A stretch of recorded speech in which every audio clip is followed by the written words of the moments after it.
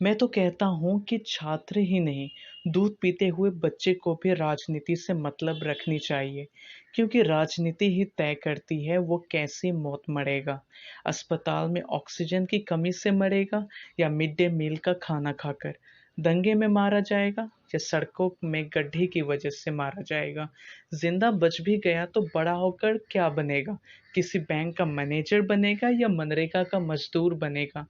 Beef खाएगा या हरी सब्जी? कपड़े कौन से रंग का पहनेगा? दाढ़ी रखेगा या ऐसे ही क्लीन शेव ड्यूटी पर जाएगा? ये सब राजनीति ही तय करती है। आप राजनीति में दिलचस्पी रखें या ना रखें, राजनीति आप में पूरी दिलचस्पी रखती है। जब राजनीति ही आपका भविष्य तय करती है, तो आपको राजनीति क्यों नहीं करनी चाहिए? इसलिए मैं कहता हूँ कि हम मुसलमानों को चाहिए कि सियासत में थोड़ी बहुत दिलचस्पी रखें। और सिर्फ थोड़ी बहुत दिलचस्पी से काम नहीं चलेगा, आपको उसकी बारीकियां भी समझनी पड़ेगी। ज़रूरत पड़े तो आपको कॉन्स्टिट्यूशन भी पढ़ना पड़ेगा, कानून जानना पड़ेगा। तब जाके हमारी कौम बेदार होगी और काफ़ी चेंजेस आएंगे इंशाल्लाह। और इस बात को भी एक्सेप्ट करना पड़ेगा कि हमारे कौम में सियासत का शौर अभी तक नहीं आया है। इसके कई सारे एग्जांपल्स मिल जाएंगे। कोई भी आता है, हमारे लिए दो अच्छी बातें कहता है और हमारी वोट लेके चला जाता है, और वो दो अच्छी बातें के एवज में हम उसको मसीहा तक बना देते हैं। क्या पता कल को उसी को हम खलीफा भी मान बैठे। तो ऐसा नहीं होगा। कोई भी आता है, मैंने पिछले इलेक्शंस, जो बिहार इलेक्शंस हुए उसमें देखा कि कांग्रेस के स्टार प्रचारक इमरान प्रतापगढ़ी जगह जगह मतलब रैलियां कर रहे थे। तो मैं बस एक सवाल है मेरा हम आम मुसलमानों से, क्या सिर्फ मुसलमानों का वोट इतना सस्ता है कि एक दो चार चंद शायरियों से हासिल किया जा सकता है?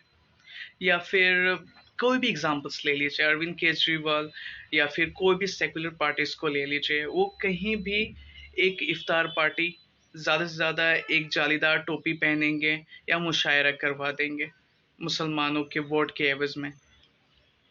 कभी भी ज़रूरी मुद्दे जो डेली नीड्स है या फिर जो हमारे डेवलपमेंट इश्यूज हैं या फिर हमारे जो कौम का पिछड़ापन, उसको उभारने की कोशिश कोई भी तंजीम या सेकुलर पार्टीज नहीं करती है। उसे हमें ही करना होगा।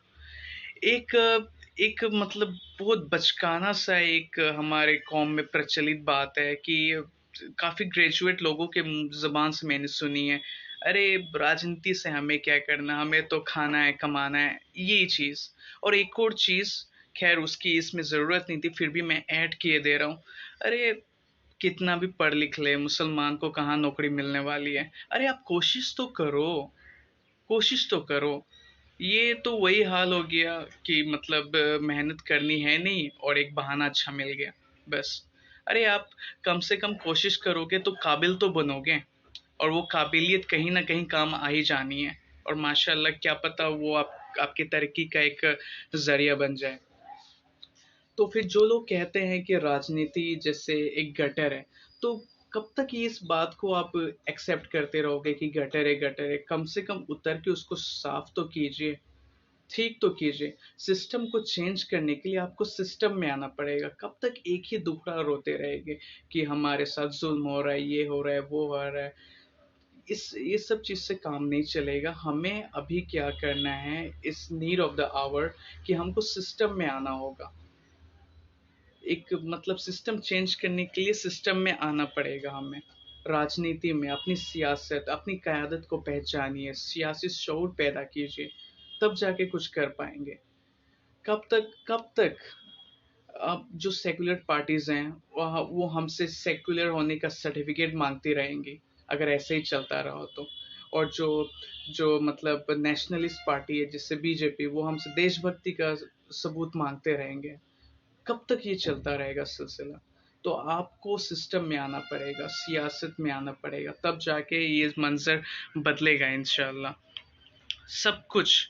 और मुझे कॉन्स्टिट्यूशन पे पूरा भरोसा है, इस देश के कानून पे पूरा भरोसा है, इंशाल्लाह सब कुछ बदलेगा, सब कुछ बदलेगा। बस आप थोड़ी मेहनत तो कीजिए। आइए सिस्टम में आइए, चेंज कीजिए। लेकिन मुझे आज के जो मतलब जो यूथ है उन पे पूरा भरोसा है, क्योंकि उनके पास खोने के लिए कुछ नहीं है और पाने के लिए पूरी दुनिया है उनके पास। और इंडियन मुस्लिम्स इंशाल्लाह अभी ऐसी हालात में काफ़ी उभर के आएंगे।